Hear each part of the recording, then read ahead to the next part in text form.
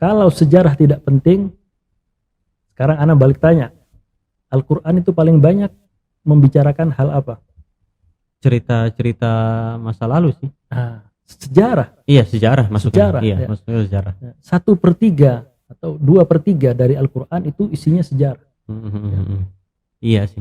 Cerita-cerita Fungsinya agar kita bisa mengambil ibrah dari umat-umat yang terdahulu. Jadi seperti itu. Ibrah mana yang lebih baik dari kita mengambil kehidupan, kisah kehidupan dari Khatamul Anbiya wal Mursalin. Tidak ada kisah yang lebih baik daripada kisahnya Nabi Muhammad SAW. Memang kalau bisa dikatakan sahabat itu pilihan, iya. Mungkin kalau anak pribadi hidup di zaman Rasul, nggak tahu, ya, entah ikut Nabi Muhammad atau ikut orang-orang jahiliyah, kita kan nggak tahu. Iya, benar-benar. Makanya Allah pilih kita untuk hidup di zaman sekarang. Selamat datang di MC Podcast, mencerahkan, mencerdaskan. Assalamualaikum warahmatullahi wabarakatuh.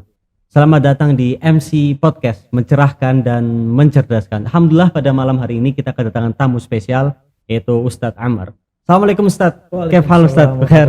Alhamdulillah. Akhirnya, alhamdulillah saya anak sehat. Alhamdulillah akhirnya bisa ngundang Ustadz setelah sekian lama. Tapi Ana juga minta maaf Ustadz, absen berapa kajian.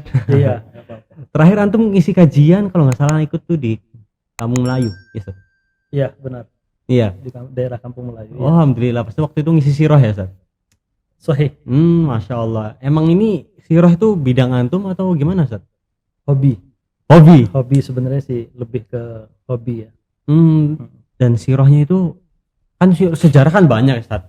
Sejarah dari ada yang ahli mungkin dari nabi-nabi, semua nabi dia tahu ceritanya semua. Ada yang host di Nabi Muhammad, dari zaman Nabi Muhammad lahir sampai setelahnya, atau kemerdekaan Indonesia atau lain-lainnya. Antum nih suka di mana Ustadz? Kebetulan memang sirah itu, kalau kita cuma bahas sirahnya saja, sirah itu berarti sejarah ya. Tapi kalau sirah nabawiyah itu hanya membahas tentang sirahnya perjalanan hidup Rasulullah SAW. Jadi ya, yang kita pelajari dulu di pondok itu khusus tentang sejarah Nabi Muhammad SAW dari sebelum Rasulullah lahir sampai Rasulullah meninggal. Intinya hal-hal yang berkait dengan Nabi Muhammad ya. Iya, selebihnya itu seperti pembahasan Khalifah Abu Bakar Siddiq, kemudian Amirul Mukminin Umar bin Khattab, itu kita pelajari sih ya, dengan ustadz-ustadz kita dulu. Itu sebagai pelajaran tambahan aja. Pelajaran tambahan, bukannya hal satu difokuskan gitu ya. Iya, yang fokus itu dari Rasul saja sampai meninggal. Dari kapan tuh Ustadz suka sejarah? Ana suka sejarah sejak SMA. Iya. Berarti kalau udah pelajaran sejarah, antum termasuk yang paling tinggi nilainya gitu. Alhamdulillah. Kalau suka sejarah, biasanya sih ya yang Ana rasakan matematika. Ya. Biasanya orang suka sejarah ini nggak suka matematika, ya nggak Ustadz?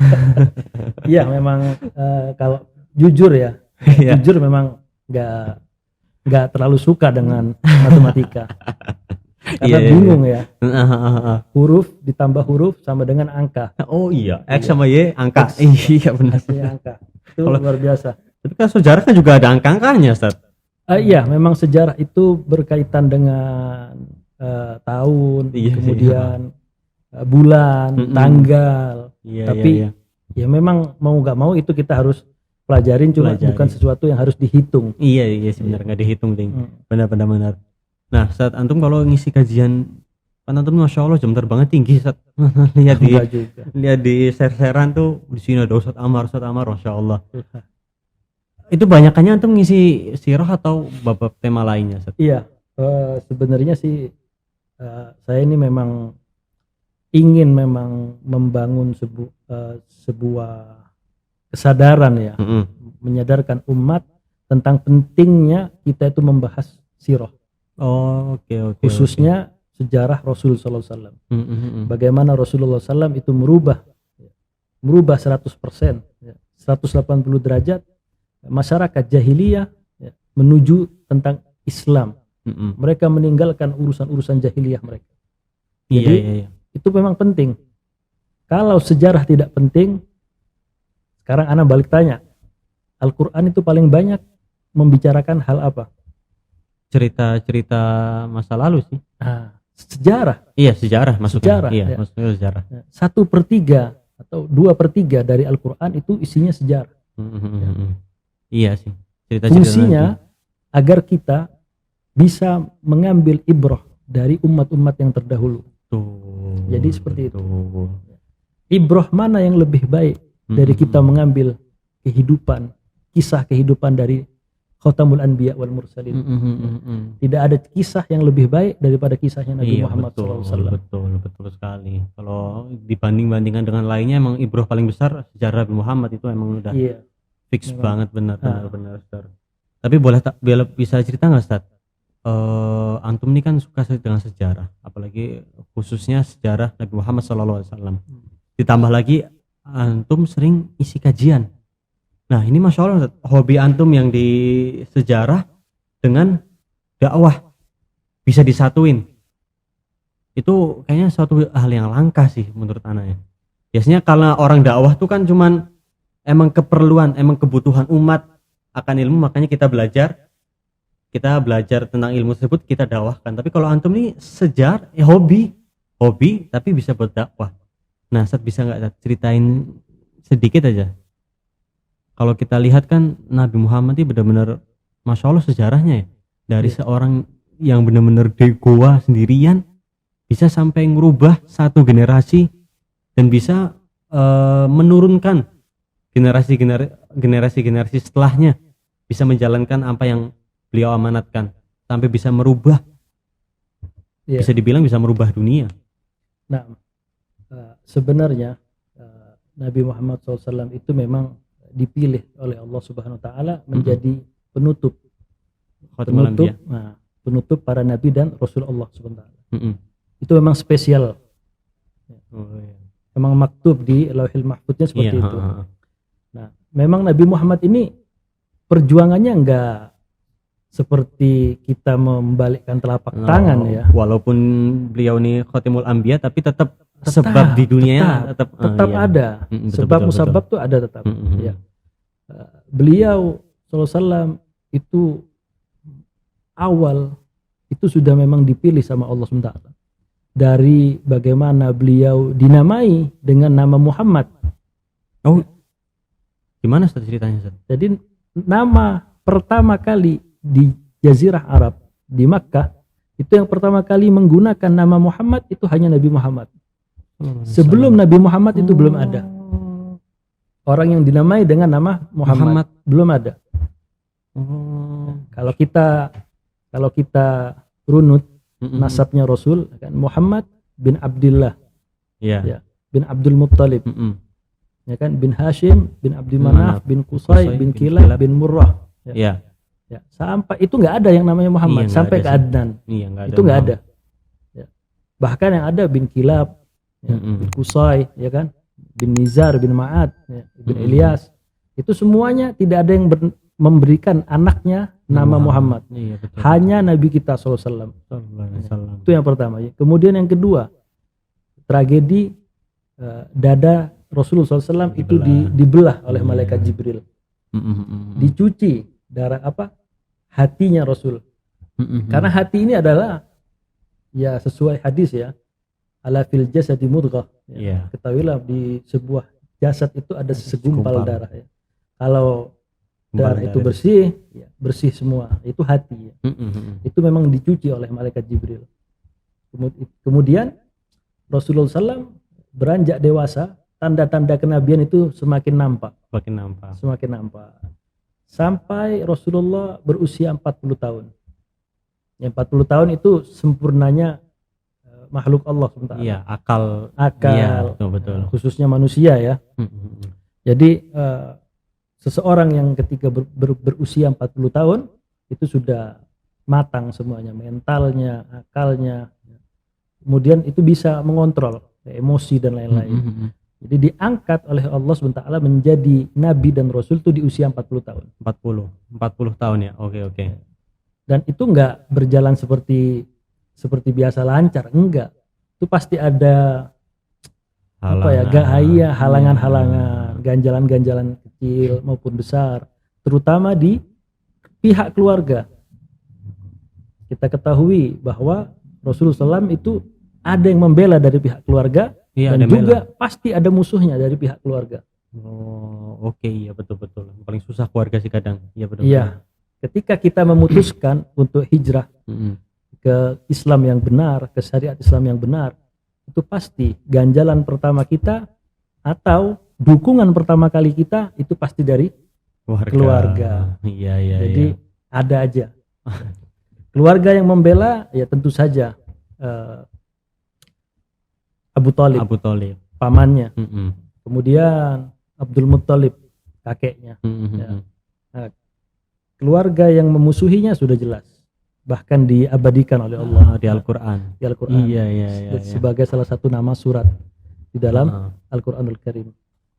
Nah, kemudian Rasulullah itu mengalami beberapa periode dalam dakwahnya ya. Dakwah secara sembunyi-sembunyi. Itu memang perintah Allah. Iya, perintah Allah. Perintah Allah. Kemudian dakwah dengan terang-terangan. Terang-terangan itu juga memang perintah Allah. Nah, setelah terang-terangan itu mulai ya masyarakat Makkah jahiliyah itu semakin gak nyaman dengan adanya eksistensi Islam ini tadi. Mau makin berani bahasanya. Iya, kok makin berani ini agama baru gitu. Agamanya ya dengan berbagai macam tuduhan ke Nabi Muhammad ya, yang dituduh sebagai kahin, sahir. Kahin ini tukang sihir ya. Kemudian kadhib ya, ini tukang bohong. Iya betul. Padahal mereka sebelum Nabi Muhammad menjadi nabi, Nabi Muhammad diberi julukan sama mereka Al-Amin, orang yang dapat dipercaya. Bisa berbalik total jadi benci. Nah, benci dan cinta itu satu peribahasanya ya, satu ibarat satu garis yang tipis aja Pak. Cinta dan benci itu kayaknya hati-hati. Iya kadang detik ini cinta, saat ada masalah apa langsung berubah. Paham kayak orang-orang Quraisy itu yang tadinya cinta ke Rasul jadi benci gara-gara Islam. Jadi benci. Nah, kemudian ini secara singkat aja ya. Kemudian Rasulullah mulai memikirkan keselamatan para pengikutnya. Otomatis setelah dapat wahyu pertama yang Allah turunkan itu Iqra kepada Nabi Muhammad. Jawaban Nabi Muhammad, ma ana biqari. Saya nggak bisa baca. Iya, ummi ya. Nabiun ummi. Nggak bisa baca dan nggak bisa nulis. Iya, akan tapi memang Allah beri kelebihan. Ya. Kayak karena Nabi. Ya, fisiknya itu lebih dari fisik manusia biasa, dari faktor kekuatan dan lain-lain. Ya. Kemudian memang diberi kelebihan, Nabi Muhammad itu sekali mendengar itu langsung hafal.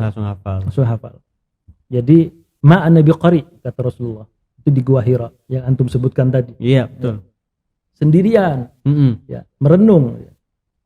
Itu sebelum diangkat jadi nabi. Ya. Dapat wahyu itu di Gua Hira pertama kali. Nah, beliau merenungkan bagaimana nasib umatnya kalau masih berada di Mekah musnah. Waktu itu sebelum jadi nabi nih. Sesudah. Sesudah. Ya. Sebelum jadi nabi, Nabi Muhammad itu sering berdiam diri di Gua Hira. Di Gua Hira. Beliau hanya memikirkan, nggak mungkin ya patung-patung berhala-berhala itu ya, yang mereka sembah sebagai Tuhan itu bisa memberikan manfaat dan mudarat. Betul.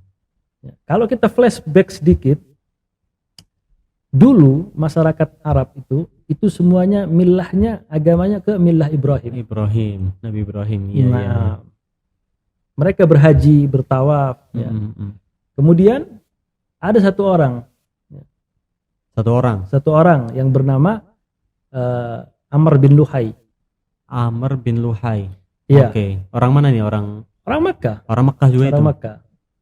Amr bin Luhai ini disebut oleh para ulama sirah, muarrikh itu sebagai manusia pertama yang merubah ghayyara dinu Ibrahim alaihissalam. Dengan di suatu tidurnya Amr bin Luhai ini didatangi oleh mimpi, oleh suara, ya, i'ti Jiddah, datanglah kau ke Jeddah, tajid fiha asnaman mu'iddah, kau akan mendapatkan asnaman. Asnaman itu jamak dari sonam, berhala, patung berhala, mu'iddah, khudha wala takhif, ambil itu jangan takut, wadu'ul araba ila ibadatiha tajib, dan ajaklah masyarakat Arab untuk menyembahnya. Nah, didatengin tuh sama Amr bin Luhai. Itu mimpi dari setan, Ustaz? Iya, benar, dari iblis, ya, dari bangsa-bangsanya lah. Memang benar. Nah, mulai itu diambil. Itu patung-patung orang-orang soleh di masa di zaman dahulunya, itu patung orang-orang soleh. Akhirnya disembahlah. Nah, karena itu Rasulullah SAW dalam sebuah hadis, ketika Isra dan Mi'raj melihat Amr bin Luhai di dalam neraka, dia mencabik-cabik perutnya sendiri sampai sampai dalam-dalamnya itu keluar semua. Karena dia yang pertama kali merubah ajaran Nabiullah Ibrahim. Nah, setelah diangkat jadi nabi, Nabi Muhammad ini merenung setelah dakwah sembunyi-sembunyi, terang-terangan. Kalau masih di Mekah, Nabi Muhammad itu enggak memperhatikan keselamatan dirinya pribadi, kan, tapi umatnya. Makanya yang hijrah ke Habasyah pertama kali itu Nabi nggak ikut. Iya, betul. Berarti ini waktu Nabi memikirkan umatnya akan musnah nih karena saking kerasnya perlawanan Quraisy. Siksaan mereka keras. Sampai-sampai kita ambil contoh sahabat yang mulia Bilal. Yang Bilal itu masih hidup, akan tapi terompahnya sudah terdengar di surga. Ya. Tidak mempunyai kedudukan di suku Quraisy. Bukan Arab, bukan dari kaum Sadah, akan tapi terompahnya sudah terdengar. Ini salah satu dalil yang menunjukkan kepada kita seberapapun mulia keturunan kita, seberapapun apapun harta yang kita miliki, itu enggak akan manfaat di mata Allah SWT. Iya, manfaat di mata ketakwaan kita. Jadi itulah Bilal bin Abi Rabah ini disiksa, ya, di tengah tandusnya padang pasir. Radhiyallahu ta'alaan ini dijatuhi batu yang sangat besar, ditimpa oleh batu yang sangat besar, dipaksa untuk murtad kembali. Tapi Bilal mengatakan ahadun ahad, sampai dibebaskan oleh Abu Bakar Siddiq. Ahad maksudnya Allah satu. Ya. Ahadun ahad, ya, jadi selalu mengatakan itu. Dibebaskan oleh Abu Bakar Siddiq.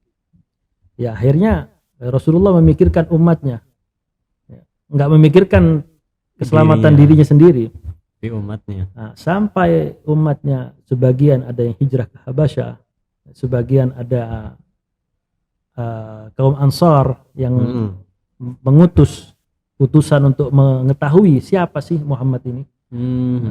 Akhirnya orang-orang Madinah, kaum Ansar, mau menerima Rasulullah, dan Rasulullah hijrah ke Madinah dan membangun peradaban baru. Iya, peradaban baru di Madinah.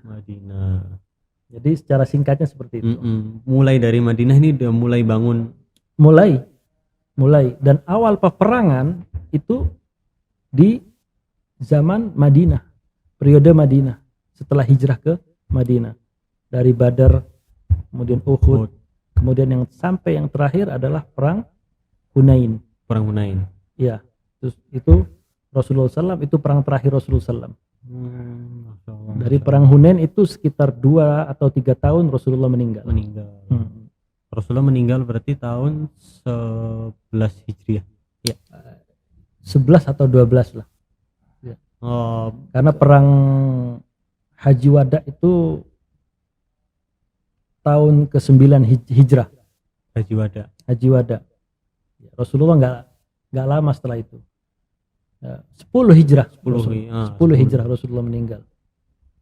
Jadi memang perjuangan beliau itu, kalau kita lihat kenapa harus kita pelajari sirahnya beliau, karena Allah SWT sendiri yang mengatakan beliau sebagai qudwatun hasanah kita, uswatun hasanah, ya.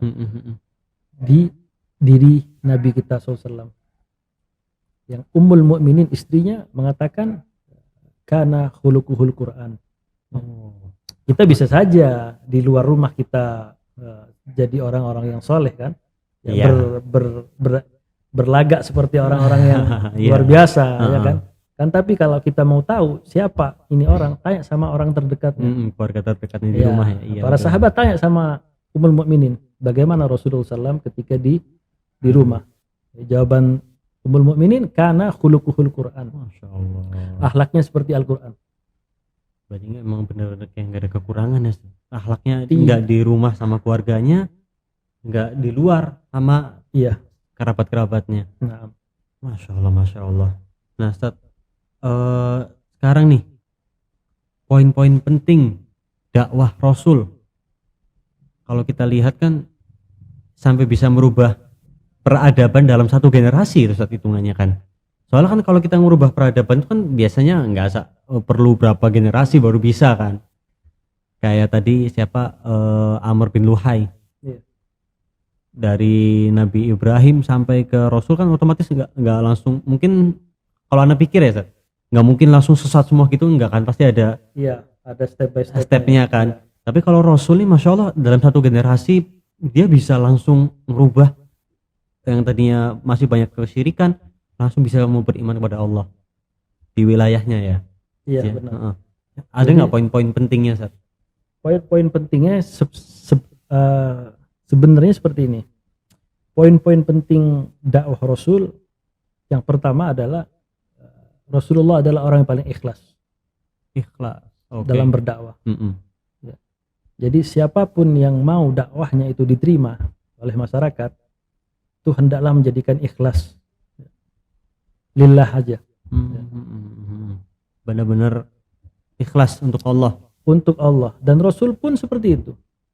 Rasul, ada sejarah atau kisah Rasulullah memaksa orang untuk masuk Islam? Enggak ada kayaknya. Enggak ada, karena wa ma'alaika illal balagh. Kata Allah SWT kepada Nabi Muhammad, dan tidaklah atasmu wahai Nabi Muhammad kecuali hanya menyampaikan. Disampaikan aja. Mau ikut alhamdulillah, enggak mau ikut ya sudah. Iya, betul. La ikraha fid din. Tidak ada paksaan dalam beragama. Tapi kalau sudah Islam itu harus dipaksa. Kalau sudah Islam. Ya, kalau sudah memang dari Islam, kayak seperti kita nih dari lahir Islam, ya itu harus dipaksa untuk belajar. Ya karena emang Islam tuh artinya, Islam sendiri artinya kalau nggak salah apa sih, menyerahkan diri ya? Iya, menyerahkan diri sepenuhnya kepada Allah SWT. Ya, dengan benar-benar kita menyerahkan diri kita dalam ketaatan dan menjauhi maksiat yang sudah Allah tetapkan semuanya. Jadi seperti betul.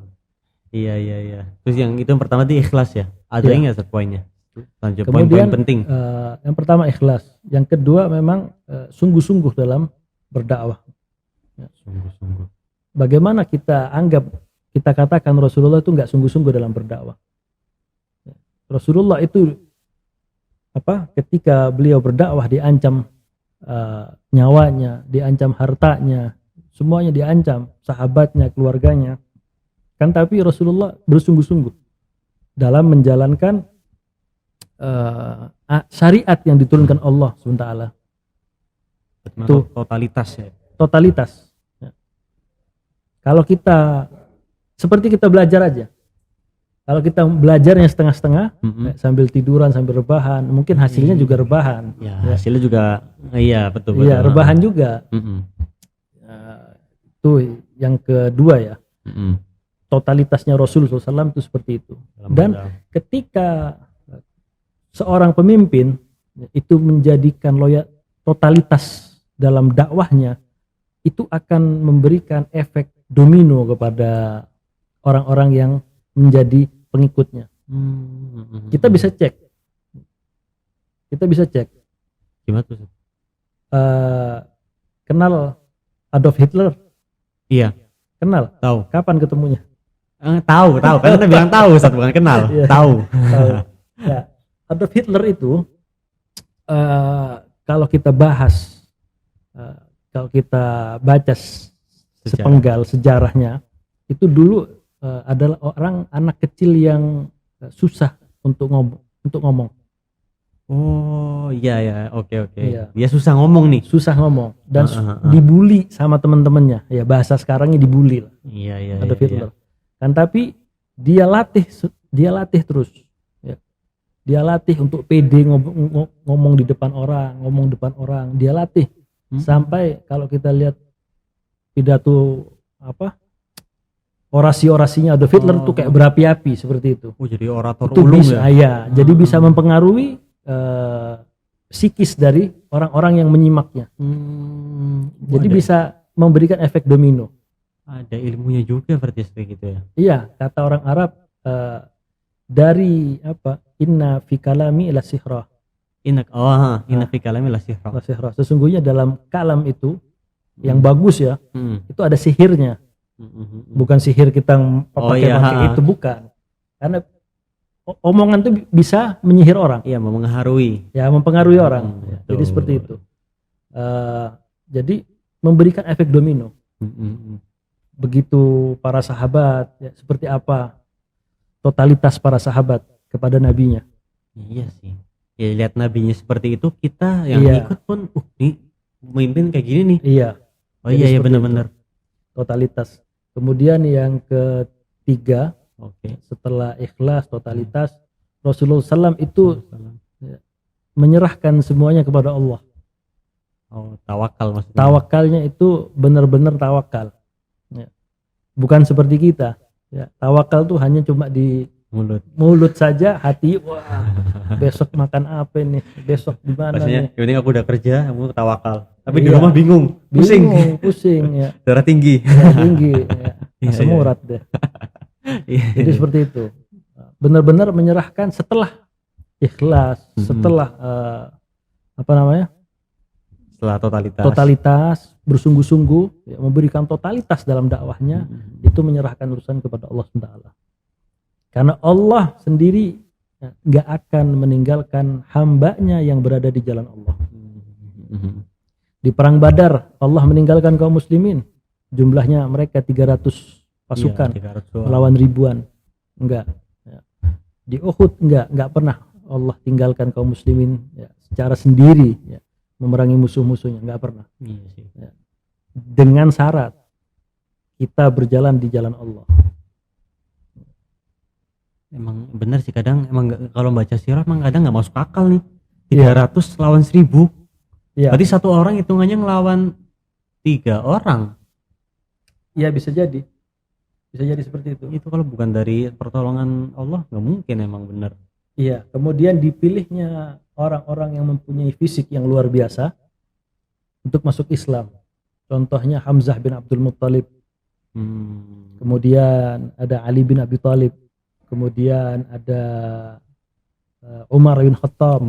Ya, itu memang mempunyai fisik yang luar biasa. Ya. Hamzah disebut Asadullah, singanya Allah. Masuk Islamnya nggak sengaja. Dia marah karena Abu Lahab menampar wajah Rasul. Oh iya. Iya. Kemudian Hamzah mengatakan, mengapa engkau berani menampar wajah ponakanku? Wa ana ala dini, dan saya berada di atas agamanya.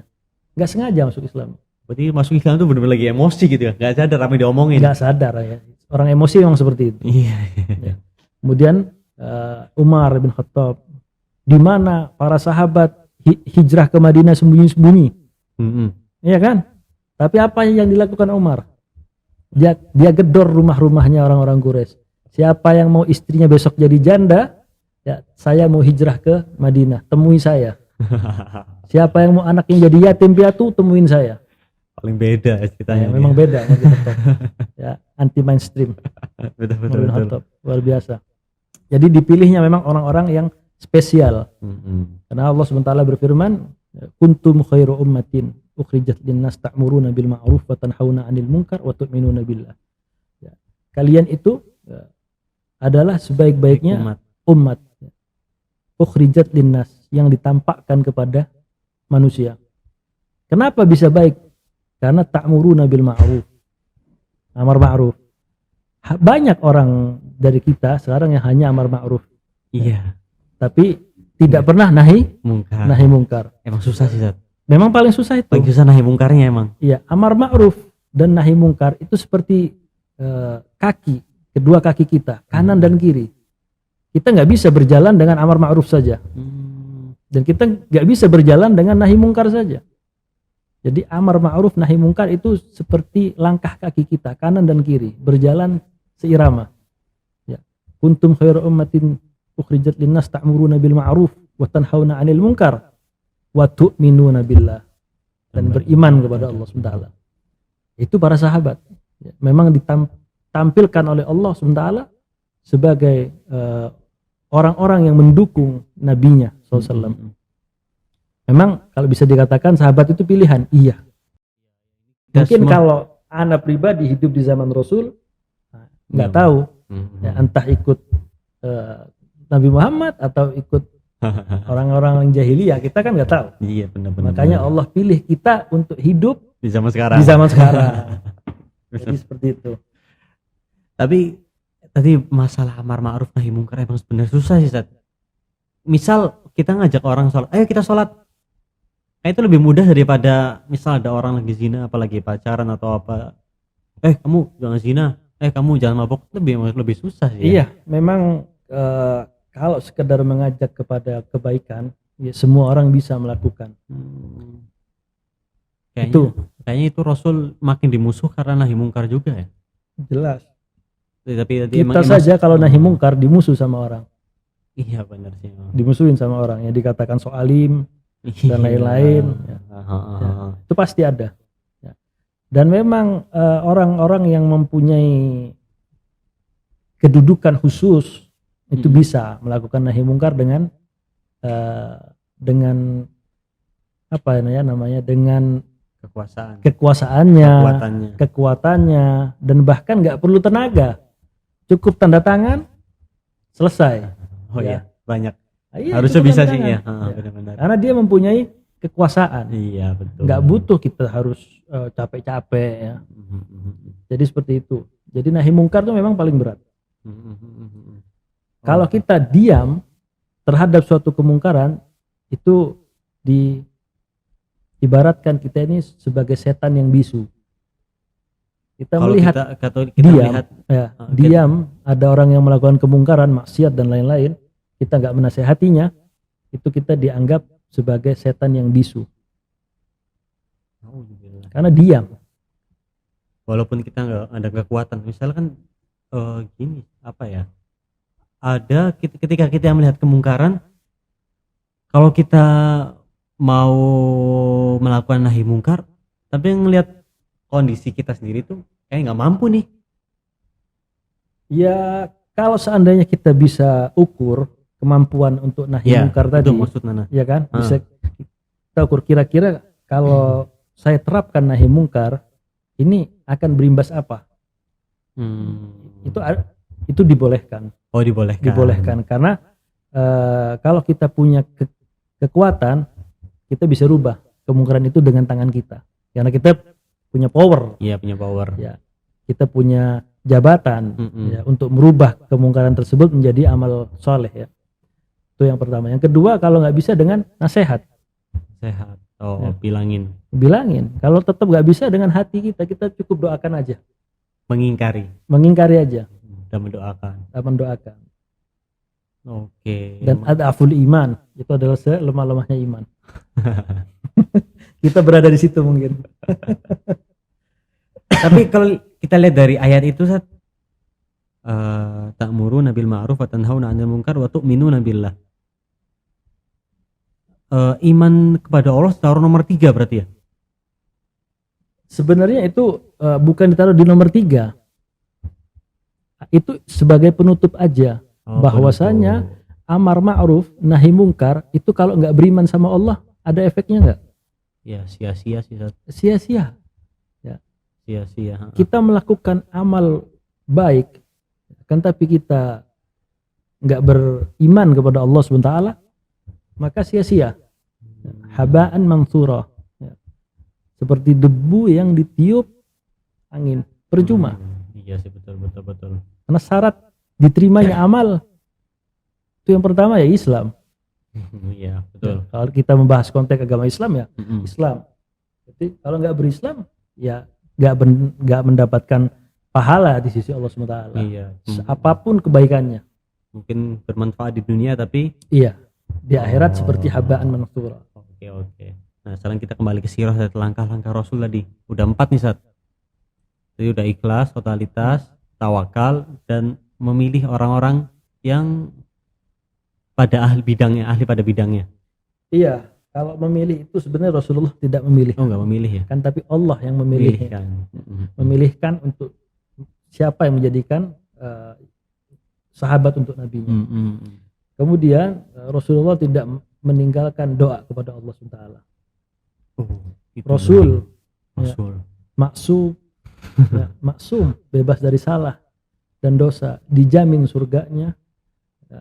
Kita bisa cek dalam riwayat-riwayat hadis bagaimana Rasulullah SAW itu ketika beribadah sampai kakinya bengkak. Sholat. Qiyamul Lail itu hukumnya apa? Sunnah, Sat. Sholat tahajud hukumnya apa? Sunnah sih, bukan tapi wajib bagi Nabi Muhammad. Bagi Nabi itu wajib. Jadi sholat tahajud itu adalah amalnya para nabi. Jadi kalau kita bisa merutinkan, rutin aja. Setiap tengah malam kita kebangun, sholat 2 rakaat, 4 rakaat, rutin aja. Kita mengamalkan apa yang dilakukan oleh Nabi. Para nabi. Oh, itu amalannya para nabi nih. Amalan para nabi. Makanya untuk sobat-sobat MC Podcast, jangan tinggalin sholat tahajud sebisa mungkin. Ya, karena itu cuma 2 rakaat. Meskipun cuma 2 rakaat. Iya. Enteng 2 rakaat. Baca Inna atau Inna Makulul Ahad. Yang penting sholat. Ya, Sat. Yang penting sholat. Karena itu kan mau nonton Liga Champions lagi kan nggak ada masalah. Bisa. Liga Champions mah 90 menit. Iya. Aman, sholat paling 5 menit selesai. 5 menit selesai. Iya. Jadi Nabi nggak meninggalkan itu. Tidak pernah meninggalkan. Tetapi khawatir. Itu sholat tarawih ya. Qiyamul Lail sama sholat tarawih itu beda ya. Ada yang membedakan ya. Kalau nggak salah tarawih di hari ketiga Rasulullah itu nggak keluar dari masjid. Dari rumahnya dari karena takut sholat tarawih itu diwajibkan atas umatnya.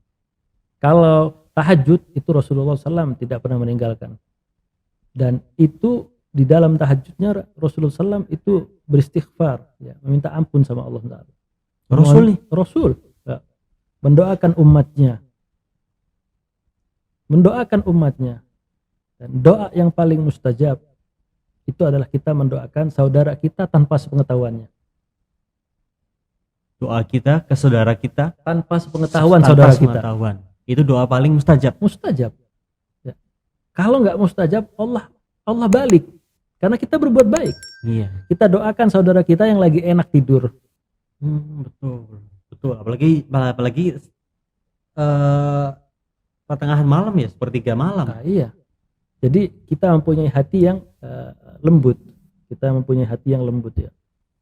Ketika saudara kita mempunyai salah dengan kita, ya kita ya sebisa mungkin ya sudahlah, ya kita maafkan saja. Kita maafkan saja. Nggak butuh alasan A sampai Z. Terkadang memang emosi itu luar biasa ya. Mengalahkan semuanya. Nah, jadi ya sebisa mungkin kita beri maaf. Iya, betul. Wal afina anin nas. Dan orang-orang yang gampang memberikan maaf kepada manusia itu adalah salah satu ciri-ciri penghuni surga. Jadi luar biasa. Orang yang gampang memaafkan. Ya. Kesalahan apapun. Salah satu cara kita buat memaafkan orang adalah mendoakan tanpa sepengetahuannya. Memang susah. Masa aku lagi kesel sama orang ini, utang nggak dibayar. Ya utang nggak dibayar, kesel, dia sombong lagi. Barang-barang dia yang baru. Itu doain kebaikan. Susah. Karena itu nggak semua orang bisa menjalaninya. Ya. Betul. Terutama kita mendoakan keadaan umat sekarang. Kita bisa mikir ya kalau kita berikan contoh seperti ini. Kenapa umat Islam sekarang ini tidak seperti umat Islam yang sebelum-sebelumnya? kita cek ya. Daulah Umayyah itu menjadi kiblat peradaban. Kemudian Abbasiyah di Baghdad membangun perpustakaan yang besar. Oh ya, pusatnya ilmu ya. Pusatnya ilmu dunia. Iya. Kemudian di Turki Utsmani itu juga peradaban kita itu menguasai. Bahkan di Eropa dulu, kita bahas dulu nih, nggak ada orang mandi. Di Eropa itu dulu itu pernah terjadi zaman gelap. Oh iya, zaman istilah bahasa Inggris apa ya? Ya, zaman yang orang ahli bahasa Inggris bisa. Zaman kegelapan intinya. Zaman kegelapan. Iya. Karena orang itu mandi itu sesuatu yang tabu, sesuatu ya kayak bukan tabu juga ya, sesuatu yang sia-sia. Belum pernah terpikirkan oleh mereka. Kan tapi Islam datang dengan merubah itu semua. Ya, di Andalus, ya, Granada dan lain-lainnya itu kaum muslimin itu 800 tahun menguasai. Iya. 800 tahun Spanyol tuh. Spanyol. Ya. Spanyol, Granada dan lain-lainnya. Ya, sebelum dipaksa untuk keluar dari Andalus atau masuk ke agama ratu, kalau nggak salah ratu Prancis apa. Zaman itu. udah hancurnya ya, zaman iya, kalahnya. Dipaksa untuk murtad. Itu ada 800 tahun menguasai Andalus. Berarti waktu itu tuh kalau zaman sekarang kan orang bangga, saya sekolah di Amerika nih, saya sekolah di Oxford. Kalau dulu enggak, kebalik.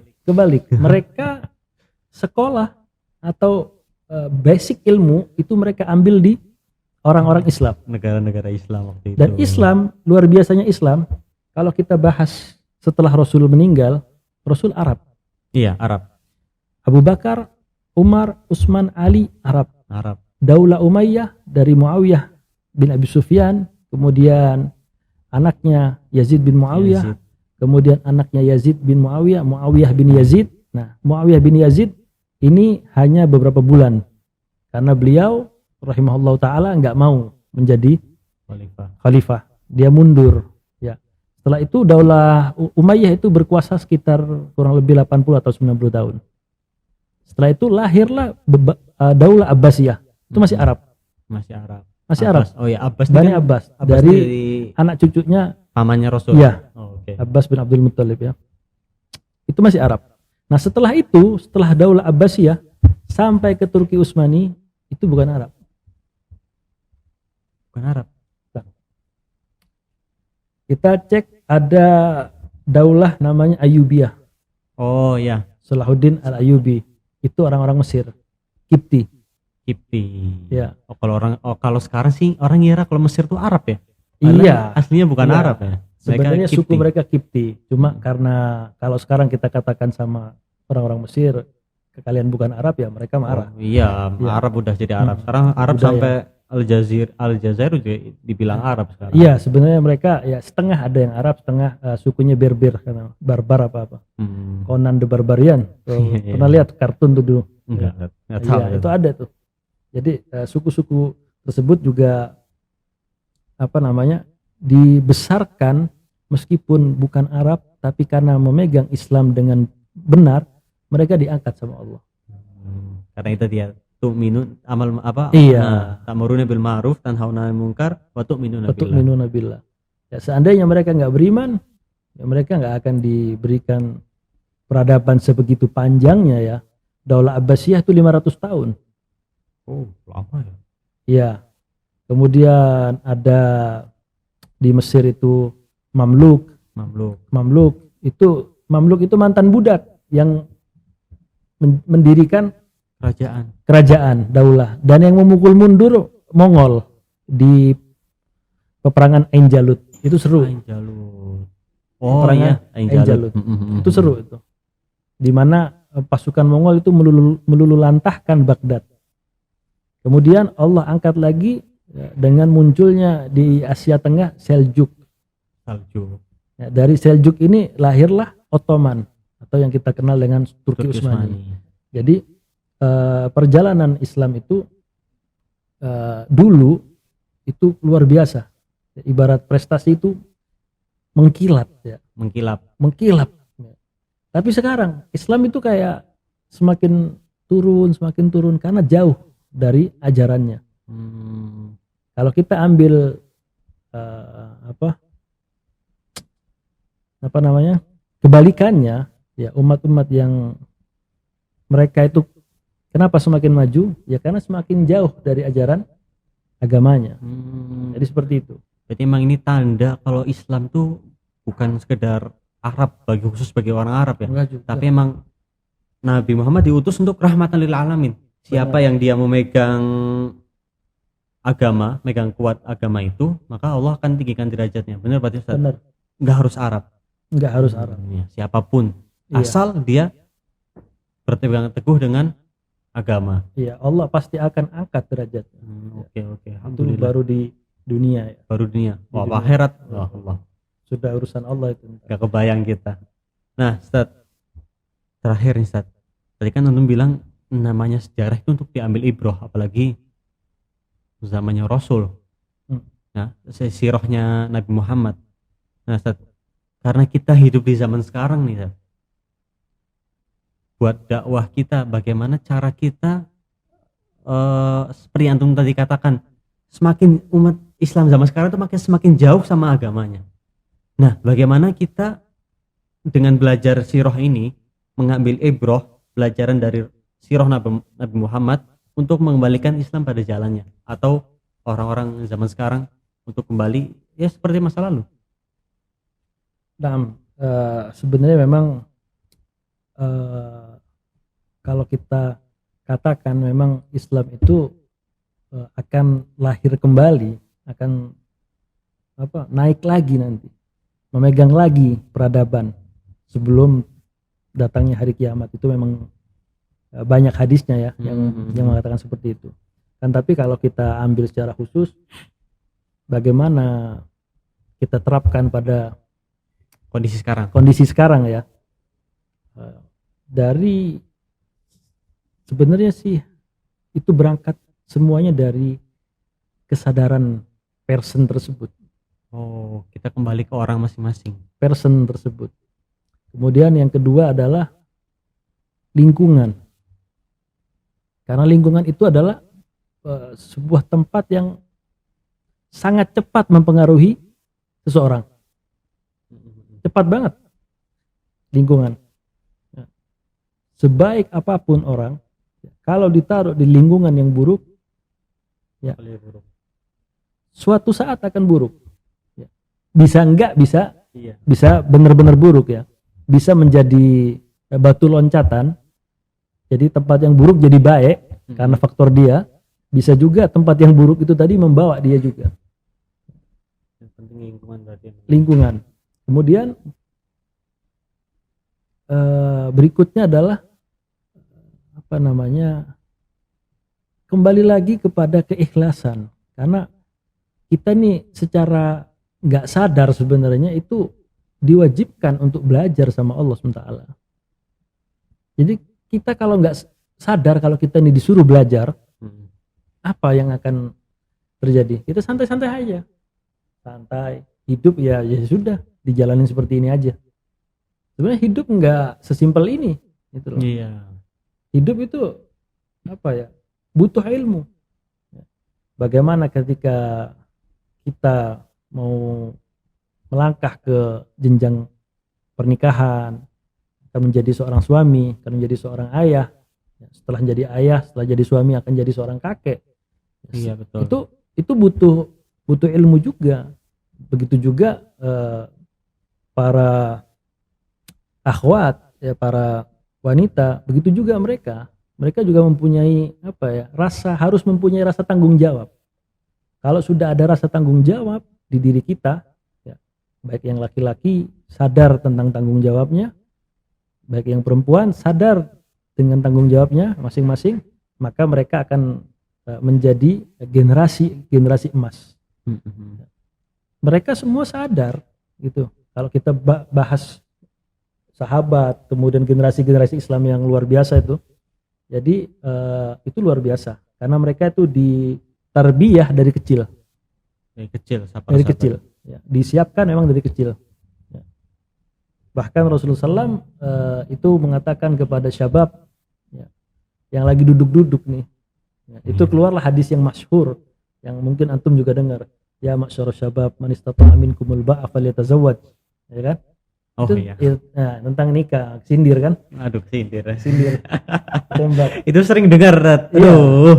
Jadi hadis itu ketika Rasulullah SAW itu keluar dari masjid ya Al-Munawwarah, Madinah Al-Munawwarah, itu melihat sekelompok pemuda. Ya. Dilihat sama Rasulullah, pemuda itu sedang duduk-duduk. Ya, akhirnya Rasulullah mengatakan, ya ma'syarus syabab, wahai sekalian pemuda, man istata'a minkumul ba'a falyatazawwaj. Kalau kalian sudah mampu, ya ba'ah di sini diartikan secara global ya, bisa baligh, bisa sudah mencari nafkah sendiri, sudah bisa mandiri lah ya. Falyatazawwaj. Ya. Karena pernikahan itu mengamankan agama kita. Ya. Kalau yang belum bisa, puasa. Banyak puasa. Ya. Karena puasa itu adalah penahan hawa nafsu kita. Makanya orang yang belum nikah tuh badannya bisa kecil-kecil, giliran udah nikah ngembang. Iya. Oh iya. Biasanya yang habis nikah nggak pernah olahraga ngembang itu. Ngembang ya. Iya. Karena udah nggak pernah puasa. Nggak pernah puasa karena udah nikah.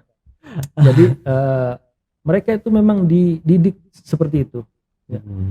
Bukan sama Rasulullah SAW, bukan disuruh ya ma'syarus syabab, wahai sekalian pemuda, bekerjalah kalian.